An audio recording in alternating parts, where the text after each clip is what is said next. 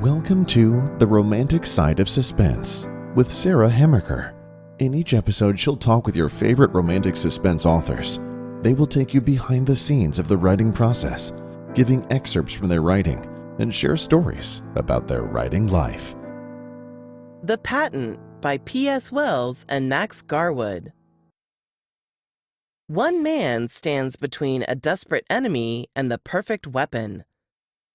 Attorney and inventor Mark Wayne submits a patent with far-reaching military applications. His ideas do not go unnoticed, and he's kidnapped by a foreign government seeking to build his invention. Wayne's sister, Mallory Wayne, is a young FBI agent thrust into the middle of her brother's abduction. If she fails to find her only family member, a new global power will threaten the world. Hi, and welcome to this episode of The Romantic Side of Suspense. I'm your host, Sarah Hamricker, and I'm so glad you joined me. Today, I have with me PeggySue Wells. She's a USA Today and Wall Street Journal bestselling author, and we're here to talk about her newest romantic suspense and a lot of other things related to writing. So welcome to my show, PeggySue. Sarah, it is so much fun to spend time with you. We're going to get to talk shop. Yes, I love talking shop. So, let's start with the one of your newer romantic suspenses is The Patent. So, and I noticed that you write it with someone else. So I'm curious, how do you do that? How did that come about? Tell us all. Here's what's interesting about The Patent, and I've got a cover so you can see the cover. I love the cover. If you get a chance to look at the cover, I spent a lot of time getting just the right cover for The Patent. And most of my books, out of the 30 that have my name on them, half of those are collaborations. And then all my ones that don't have my name on them, I've collaborated generally to tell somebody else's story for them because they're not a writer. So I take their story and I write it for them. So I write well with others. And that's how The Patent came along. My friend Max Garwood he is an engineer. He's a patent attorney. He's a pilot. The man is just super, super smart. And he and his wife are some of my very best friends on the planet. And he called me one day and he said, I've got this idea for a novel. And he tells me this plot. And I'm like, oh my gosh, Max, that's brilliant. I said, you write it up. You're a lot smarter than I am. I know you're not a writer, but you write it. Give it to me. I'll take your rough stuff. I'll turn it into a publishable book. And he said, no, I'm an engineer. It has 10 bullet points. Here's the 10 bullet points. You write the book. So I'm like, okay then. So I start writing away and I would, get into it and I get the characters and I got the setting and all the good stuff and good dialogue going and your sidekick and the whole thing. And I will send him chapters. And so Max would read those over and occasionally he'd send me something back over email. And then every so often he would say, could you come over? So I would go over to their house and he would have printed out the pages. They're bloodied up with his red pen. Max and Barb and I will sit at the table. We drink Earl Grey tea because that's our thing. And we would talk about stuff. And so at one point, Max would say, well, they wouldn't use this weapon. Max said, they wouldn't use this weapon. They would use a different weapon. I'm like, okay, what? He's like, just a minute. And he works with the military all the time. He's all about communications with them and stuff. And so he brings me something and he kablam, sets it down in front of me. And he said, they would use this weapon. And I'm like, awesome, Max, what is this? And so he'll go through how it works. And then another time he would come to me and he'll say, well, why didn't the bad guy do such and such? And I'm like, oh man, the bad guy would have done that because he's smarter than I am. I didn't put it in there because I didn't think of it. But you're right. So I would write this great plot twist in there that the bad guy would do. And then I would lay on the couch for 3 days because I just wrote myself into a corner because these people are smarter than I am. I have no idea how to get out of it. So finally I get my good guy back out from that twist and we move forward. So we're about 2/3 of the way through the book. And I'm at Max and Barb's and we're drinking Earl Grey tea and we're talking about the book. And Max says to me, so, hey, Sue, is there going to be any romance in this book? And I just kind of like, right? I just sit back and I'm like, didn't even occur to me, Max, to put romance in it. But it did occur to Max. And, so here's the engineer who's thinking we need romance in this. I'm like, yeah, you're right, we do. So we did. There's just enough in there that you'll like it, and you're wondering, like, is it going to be with these two or these two, and who's going to actually be the ones to fall in love and live happily ever after. And so that's how the patent came about. It came about because of Max's idea. And the fun thing about it is that in August, Gun Runner, which is the sequel to the patent, that will release. 6 months after that, the next one, which is called The Embolus, will release. And then 6 months after that, there's another one called Choice that will release. So we've got about 6 or 7 plots that we've already like outlined and ready to go. So you will be hearing more about Mark Wayne, and we're just calling it the Mark Wayne Adventure Series. And there will be more books where we get to watch Mark Wayne and his sister Mallory be the unlikely people stuck in some sort of a situation that they need to use their wits to save the world. I love that story. And I think what it highlights for me, and you sounds like you kind of had this little epiphany as well, is that sometimes writers need to hear from people who aren't writers, you know, to really kind of, you know, give us that great idea, or just a comment. We're like, right, romance, that would be a great subplot in this, you know, thriller or suspenseful book. And sometimes it's just, I think that while I love talking to writers, I also enjoy talking about writing with others, because they just bring in readers and all kinds of people, because they just bring such a different perspective, which I think can be very helpful for us as writers. And a lot of really good input that we get as writers are from readers. Readers may not be writers, but they know a good story, they know a good book, they know what they want to read, they know what they want to see. And so if we listen, they will tell us. Yes. Yeah, I agree. And I think a lot of listening is always good. Absolutely.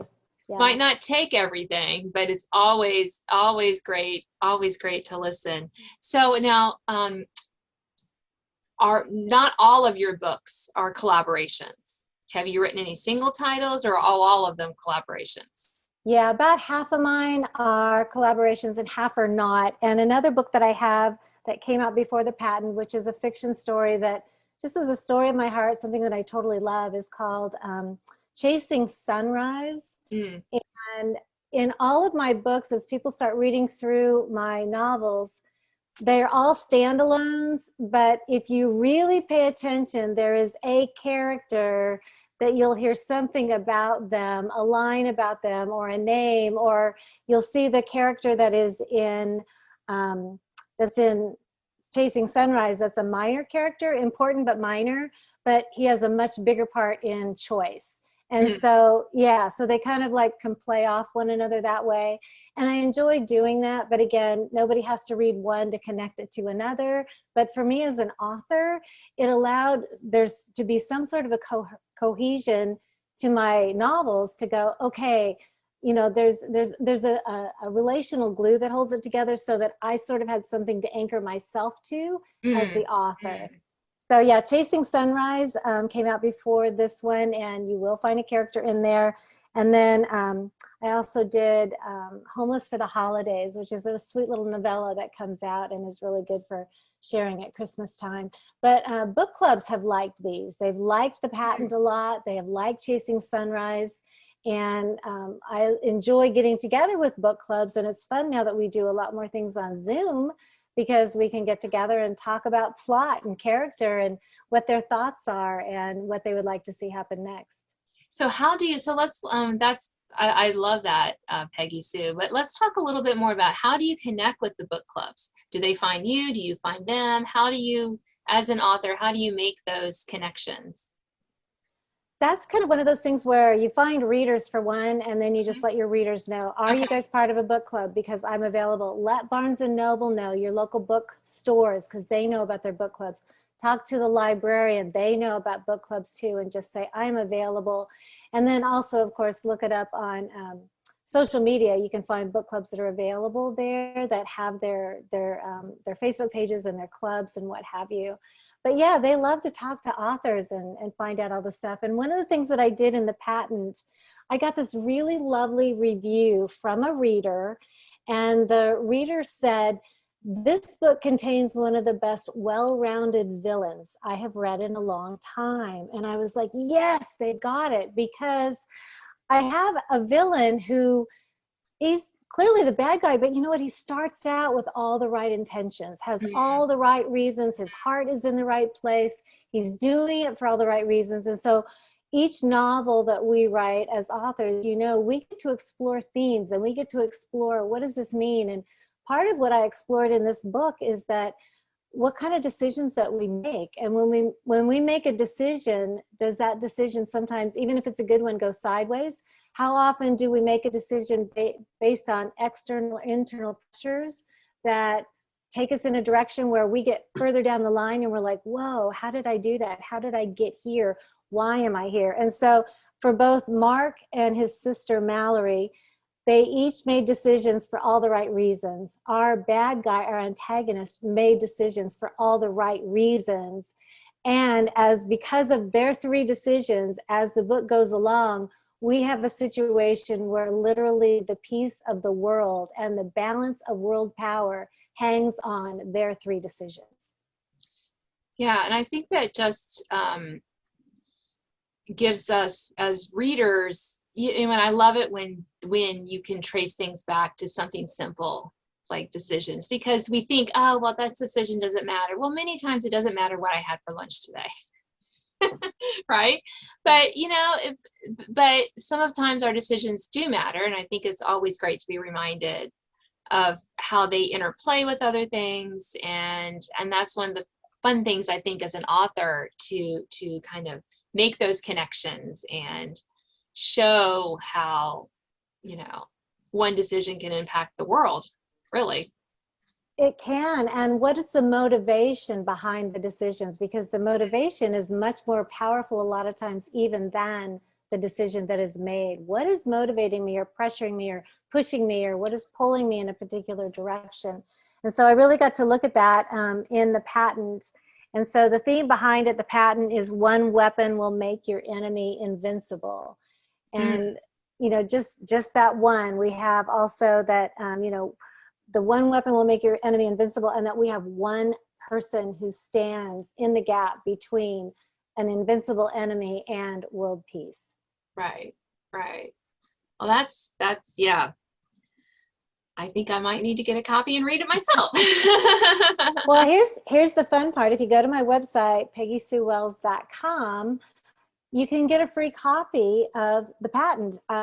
You can download the ebook and read it. I would love to have more people read it, because again, it's a kickoff for a series. So the more people that can read it, the better. So of course, if you want to buy it, you can find it at all the places that you buy books at, but just go to the website. I invite you to please come and download a copy for yourself, share it with your friends, share it with people that you know will like to read it, and then let me know what you think. I would love to know your feedback. Great. Well, and that's a great way to end our show today, because we are almost out of time, Peggy Sue. So thank you for being on. Thanks for having me, Sarah. It's always good to talk about books. Yes. You have been listening to The Romantic Side of Suspense. I'm your host, Sarah Hamricker, and I'm so glad you joined me. Today, I've been talking with PeggySue Wells. She's a USA Today and Wall Street Journal bestselling author, and you can find out how to connect with her and read more about her and her books with the notes to this podcast. Stay tuned, though, for an excerpt from The Patent. Now an excerpt from The Patent by P.S. Wells and Max Garwood. Roughly, 2 soldiers dragged the Gumby-legged prisoner to a chair at the crude table. In front of Mark sat a computer. On the screen streamed a picture. "Look closely." The colonel's voice spoke into his ear. Mark struggled to recover from the recent lack of necessary air. The fuzzy image that danced before his vision began to clear, but what he saw made no sense. Through the video camera, Max viewed his own living room in the home where he had grown up. As a kid, Mark spent evenings in this place with his family. His dad smoked a pipe that smelled like roasted cherries, while his mom read aloud. Mark and his sister sprawled in front of the fireplace. It's my house. Mark swung on them in rage. Get out of my house! Get out of my wife! Watch closely. The colonel spoke Chinese into a satellite phone. In moments, Mark watched in horror as 3 men dragged a woman to the couch and pinned her down. Though it was difficult to see her face, he recognized her hair, the color of cinnamon. Mallory. Monster! Teeth clenched, Mark yelled, Don't let them touch her! The colonel spoke into the cell phone while Mark watched the screen. He needed to protect his sister. Bile rose in his throat as 3 men held Mallory on the couch. Moving close to the camera, a 4th man held a syringe in one hand and a small rubber-topped bottle in the other. Perhaps you recognize the bottle and syringe? The colonel let the words hang between them. Don't! Mark shuddered as he recalled the nightmare he had just experienced with the drug. Please! Succinylcholine, the colonel narrated. An effective paralytic. Administered intramuscularly, the drug immediately depolarizes the muscles while leaving them flaccid. From somewhere far from his home in Indiana, Mark watched helplessly as the needle pierced Mallory's arm. Immediately, she will experience fasciculation, like a brief seizure. Then she will be completely paralyzed, unable to even breathe for herself. Beginning at his sister's head, a rapid seizure-like movement quaked through her body. Then she stopped breathing. Not one muscle of her body can move, the colonel narrated. Her diaphragm no longer pulls necessary oxygen into her pretty lungs. The man who had administered the deadly injection positioned a breathing bag over her face. Mercifully, air entered and exited his sister's body. This is me breathing for her. The colonel whispered the words in his ear. Mark counted. Every 5 seconds, her chest rose with the oxygen delivered to her. For a full minute, the man who held the bag breathed for his sister. And this is me not breathing for her. The colonel spoke into the phone. On the screen, a wiry man with dark hair pressed a cell phone to his ear and then said something Mark couldn't hear to the one who held the breathing bag. The bag stopped the simple yet vital function and lay like a deflated balloon against his sister's face. A human typically experiences brain damage when deprived of air for longer than 4 minutes. Don't hurt her, Mark pleaded. Now that I have your attention, let's talk about your cooperation. Give her air, for God's sake!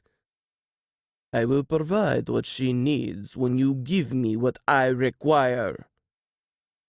He pointed to the time at the top right of the computer screen. She has been without oxygen for a full minute. He clasped his hands behind his back as if giving a college course lecture. Hypoxia, or hypoxiation, is a pathological condition in which the body as a whole is deprived of an adequate supply of oxygen. The brain in your sister's lovely head will suffer cerebral anoxia. Stop it! Mark fought against his bonds. His captor went on. Continued oxygen deprivation, as is happening here, results in coma, seizures, cessation of brainstem reflexes, and... He paused to allow Mark to mentally take the next step. Brain death.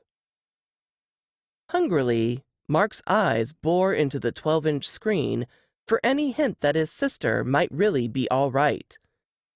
The colonel indicated the time on the screen.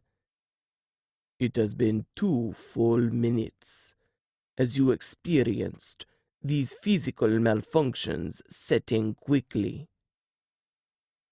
Mark's inventive mind searched for some way to oppose these bullies, save Mallory, and refuse the Messner device to these men. If they were willing to suffocate Mallory in front of him, what were they capable of doing when they realized he couldn't make the weapon functional? Yet he couldn't allow Mallory to die. Okay! The word burst from Mark's lip. Give her air! Have we reached an understanding?